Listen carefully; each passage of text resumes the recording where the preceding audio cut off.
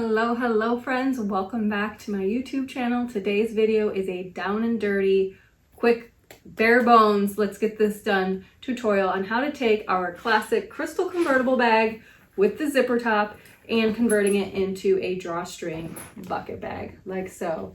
Super simple, actually way quicker than this zipper top version. You just need a few pattern modifications and some added hardware, but now you eliminate the top zipper. For this tutorial, it will be a drop-in lining, and I've written it so we have this little, the interior accent piece pops up, so it looks like a little bit of a faux piping, which I love. Don't be afraid to do a drop-in lining. It gives you a nice clean interior and easy fit. But if you're new to this pattern, I would encourage you to try it the original way. Watch that video through because I go over in detail, step by step, how to construct this bag. This video is simply covering the mods needed and how you get the convertible bag, the bucket bag, because I'm not going over how to do the zipper pocket and how to add the base and all that other stuff. That I did in this complete video for the original. So grab your supplies and sew along with me. Alrighty, let's get started. So there's not many changes to the pattern pieces, and there's only a couple additional pattern pieces that you're gonna need. First of all, let's talk about these liner pieces. These are the only ones that are really getting changed from the main body portion. I cut it the width of the pattern piece as written, but I've shortened it to only 11 inches high, and I've done that to both of these pieces. Now, what we're gonna add to the interior liner are these accent pieces. So these are also cut the width of the pattern, but these are 2.5 inches high.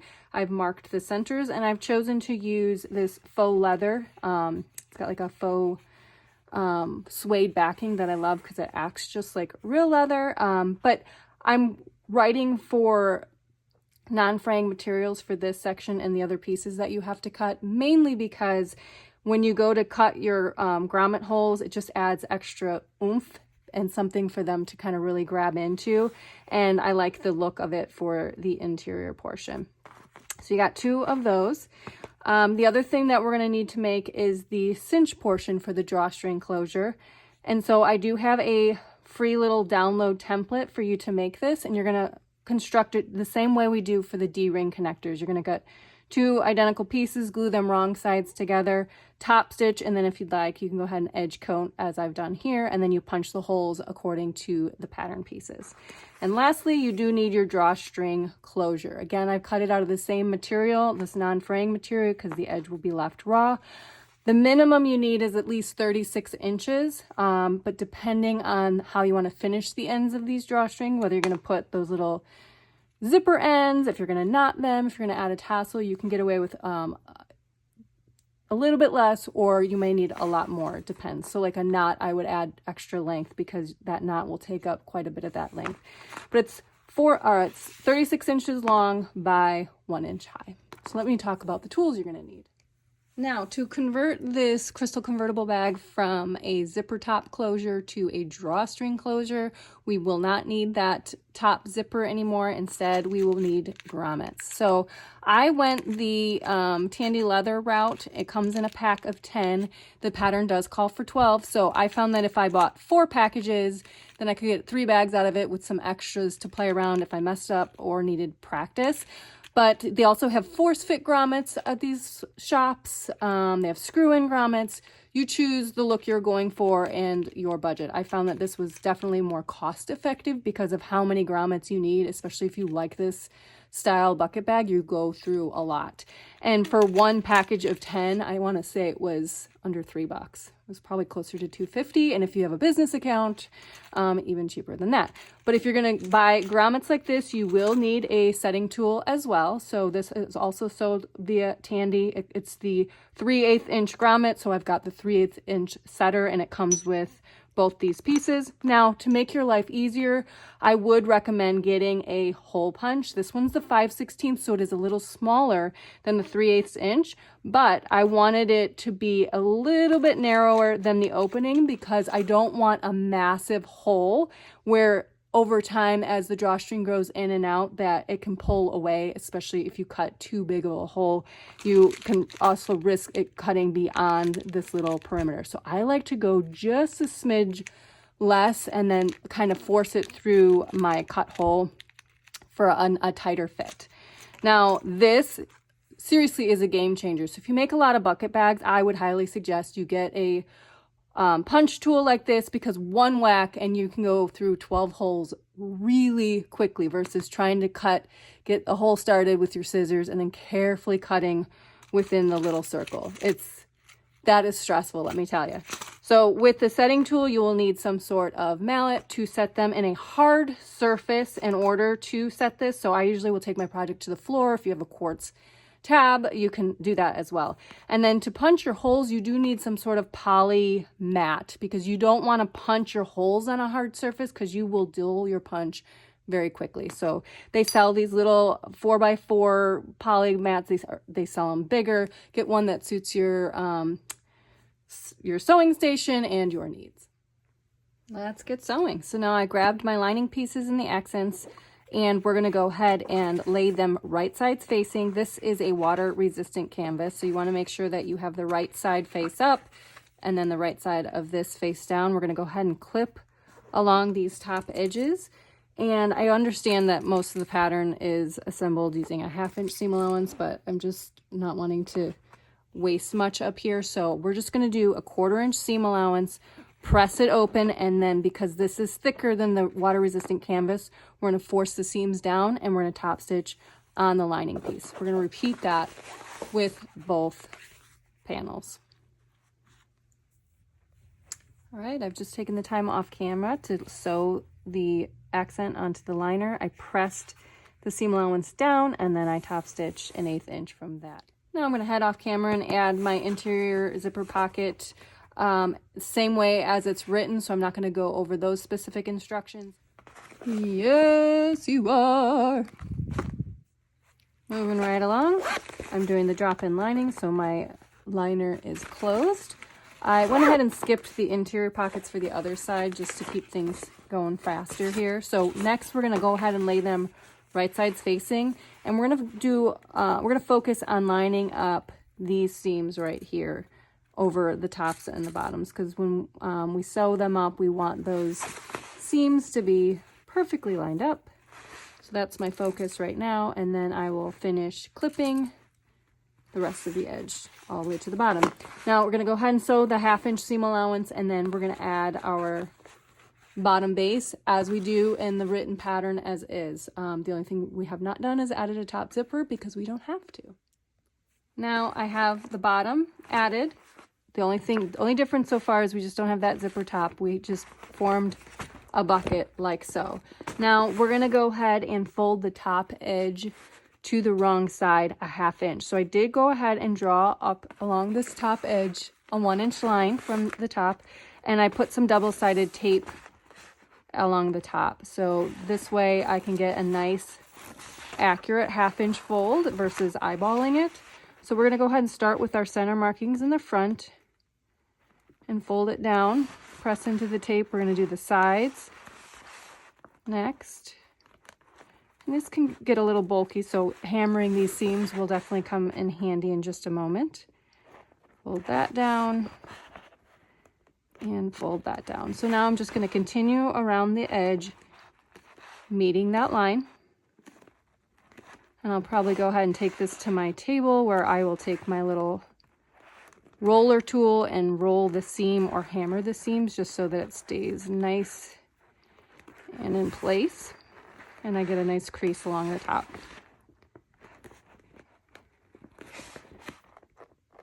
All right, so once we've done this to our interior liner, we're going to go ahead and repeat the same process with the exterior. I've already went ahead and folded the top edge down the 1/2 inch, just like we did on our interior. So I've also marked the centers. I have my little notches here I can see, so I put my clips here. Now I do have a free grommet printable template on my website, so you're going to go ahead and print that off, and it's got all of the grommet markings already needed. So we're going to line up this top edge with the top folded edge here, and I'm going to mark the center. So there's a center marking here, and then I'm just going to clip along this top edge until we get all the way to the side seam. And it should be a perfect fit as long as your seams are accurate. So we'll do that just like this.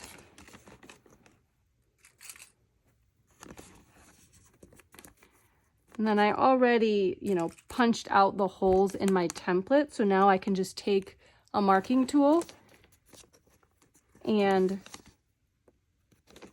place a marking right at those spots. So we do this now before we add the interior liner because I can get it easiest with this edge flat here. So I'm going to unclip this, flip it around, and do the same thing with the back. I have transferred the markings on both the front and the back, but I've not punched any holes yet. I find it easiest to use the template while this is nice and flat, and I can lay it flat and mark it versus once the liner is in, it's more oval shape. But don't punch any holes, just have them marked right now. So because we're doing the drop-in lining, I'm leaving the exterior turned right side out, and I've turned the lining so the wrong side is out. I'm going to leave it just like this. So I'm going to line up the pockets so that they go in facing each other. So I'm going to push the bottom base deep into the exterior here. And because we did not trim off any portion of the liner so that it would sit nice and flush, it should naturally want to pop up a little bit above the exterior because they're the same size. So what I'm going to go ahead and do is I'm going to line up my centers, and I can see those from my notches here still. So here's a center and here's a center. So I'm a little twisted. So a center and a center, and it naturally just wants to pop up an 1/8 inch above. So we're going to work with that. Same thing here. Now these side seams can be pretty bulky, so before I actually sew anything, I am going to go ahead and hammer these seams to get them as nice and flat as possible. So find our landmarks first, centers on the front and the back and the sides. Clip. And here.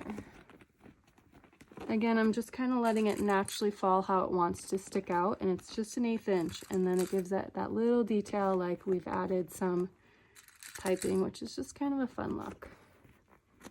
If you do the turn method, you will not have this piping detail, obviously, unless you kind of roll it a little bit so that the exterior comes down lower. But I prefer the drop-in one because I don't have to keep turning it. And I have fusible fleece on this exterior piece, and it's water-resistant canvas, both of them, so they're already kind of naturally thick, and I just don't want any extra creases if I can avoid that. So here you go. You got your little bit of extra blue popping out of the front, and we're going to go ahead and sew on the material portion an 1/8 inch from that folded edge all the way around. Alrighty, I have just top stitched around the entire perimeter here.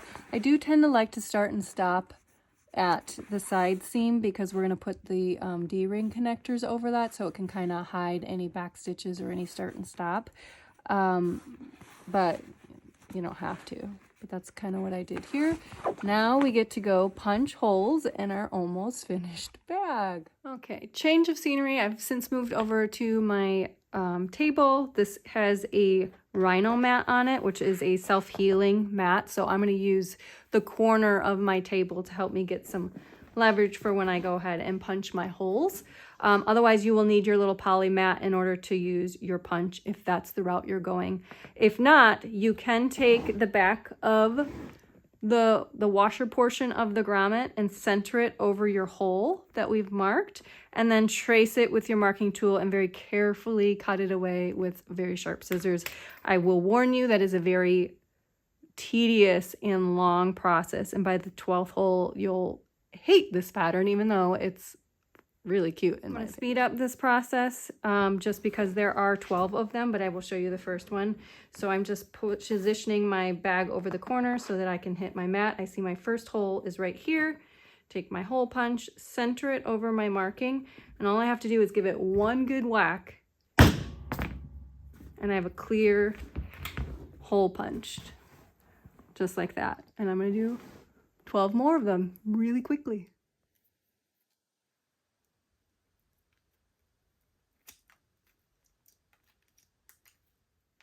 All 12 holes punched in under a minute. So worth it, guys. So worth it, especially if you make a lot of bucket bags. All right, so now we're gonna go ahead and take our grommets. You've got the two pieces. This is like a little washer, and then this is the main piece. So for the main portion, I'm gonna stick that through the exterior and push it through the hole. Now, remember how I said I want my hole just a smidge smaller than it needs to be, because I wanna push it through where it has to kind of stretch a little bit so it's snug inside there, okay? And then there's a domed portion and then a concave portion. You want to lay the concave face down on top of this and then seat it just like so. So now I'm going to take this down to a hard surface. So that's my floor, so my table doesn't go all bouncing around. And I'm going to use the setting tool that it came with, and I'm going to lay the right side, so this under portion, into the domed piece, and I'm going to whack it with my mallet harder than you think. And you're going to whack it a few times because you really want to set this well so that it's not spinning or popping off, and it feels like a nice secure set. Alrighty, getting comfy down here on the floor. So now I'm going to go ahead and take the concave portion. So this is flat. This is what's sitting on the floor. The concave portion, I'm going to sit it the right side right inside there. Just like that. And then you're going to take the convex portion of your setter and set it right inside there and get a nice firm holding on it, and then whack it really hard multiple times. Cover your ears. So then you want to make sure you feel it and it's nice and secure. So now I'll do that 11 more times. Yes, grommets are in. And I will say that I had tweaked the measurement on this top panel and this method here, but I'd already cut out my bag. So the grommets should sit more center on this panel for you, but I didn't have enough blue to recut them, unfortunately. And the blue was just so pretty with this print, all from Mormino, the print, the vinyl. So I went with it, but like I said, yours will be more higher up. All right, so now we got to go ahead and take the D-ring connectors and make sure you got two, and we're going to add those before we work on our drawstring. The best part about this now is that there's no itty-bitty hole to work around, so it's pretty straightforward and easy to add these on. But I'm going to do that off camera since that's covered in the other video, and then we're going to work on our drawstring. Here is an example where the grommets fit on the newer measurement. Lastly, we need to make our drawstring. So we did cut it 1 inch wide. We're just going to leave the edges raw, and you can edge paint if you want or leave it as is. It doesn't really matter, but I find that vinyl in particular is very hard to determine if, you know, the color you want to use is so pretty, but then, you know, it's way too thick to get a 4-fold out of. And likewise, if it's too thin, you can always do that 4-fold method. So I'm just choosing, this one's a nice weight to it. If I had to compare it to a leather, it's probably about a 2.5, almost 3 ounce leather. So that, to me, I would just do a single fold. So that is why we're leaving this edge raw. But if you know of another method and you prefer to enclose it, you're welcome to do that. I'm just going to go ahead and fold it perfectly in half the length of the strip. And then we're going to go over to the sewing machine, and I'm going to line up the edge of my foot, which is a 1/4 inch foot, and just line it up with this folded edge and sew a 1/4 inch down. Now I cut it wider than I need so that I can trim it down, and it's way easier to trim something down when you have a little bit to cut versus trying to trim like only 1/8 inch off. It makes it really difficult to trim it down. Otherwise, you could just go ahead and cut it a 1/2 inch and fold, and then just sew the edge. But this is, again, how I choose to do it. Then you can, by doing it a 1/4 inch fold, then you can go ahead and allow yourself to edge paint and have enough room to still fit through your 3/8 inch grommet. Like I said, there's many ways to do something. This is just how I've chosen to do it. Do what method is best for you. All right, so as you can see, I have this little overhang, so I'm going to take some really sharp scissors, and I'm going to go about 1/8 inch away and start trimming the length of my strip. And I do continuous cuts as I can so that I don't have a jagged edge, but then by cutting the 2 edges as one, that should give me a nice clean edge to either edge paint or just leave, and it looks nice. We are at the finish line, guys. So now we're going to take our completed drawstring here, find the center, and we're going to start on the back of the bag and find the 2 center holes. So I'm going to thread these through these holes and pull them so that I hold the ends together so it's equal on each side. And then as I'm threading them, I'm going to weave in and out until I come out the front, and I'm going to keep my little raw edge facing down. In one hole, up and down, up and down.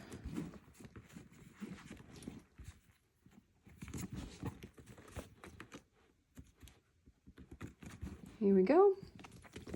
And do the same thing on the other side.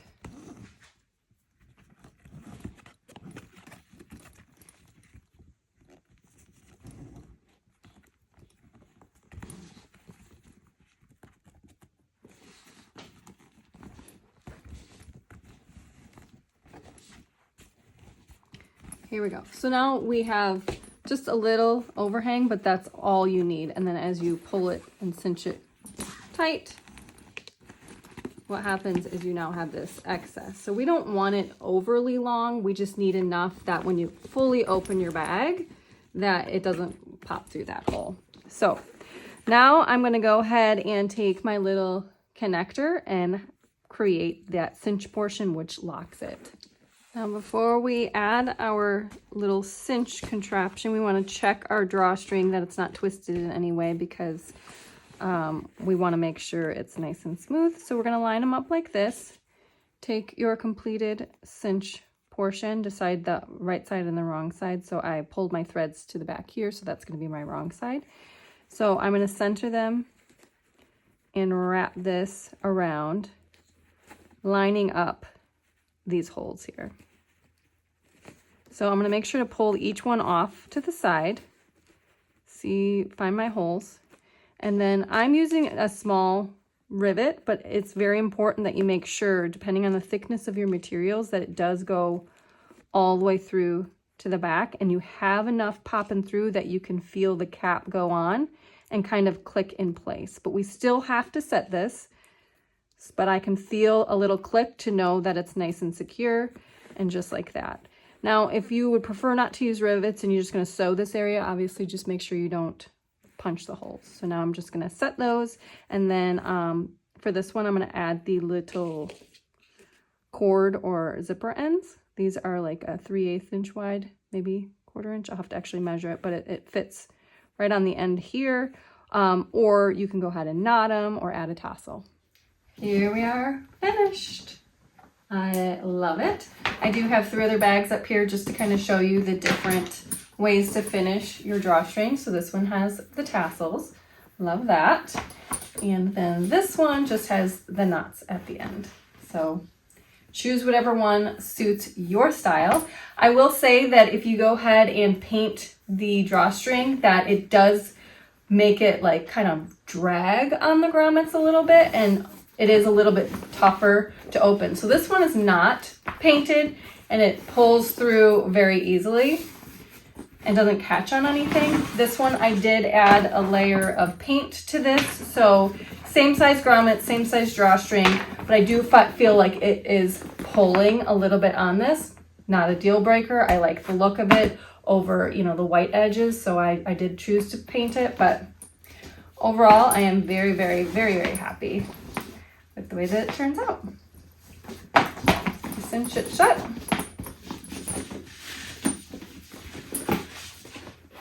Here's for your shoulder bag. And of course, the backpack.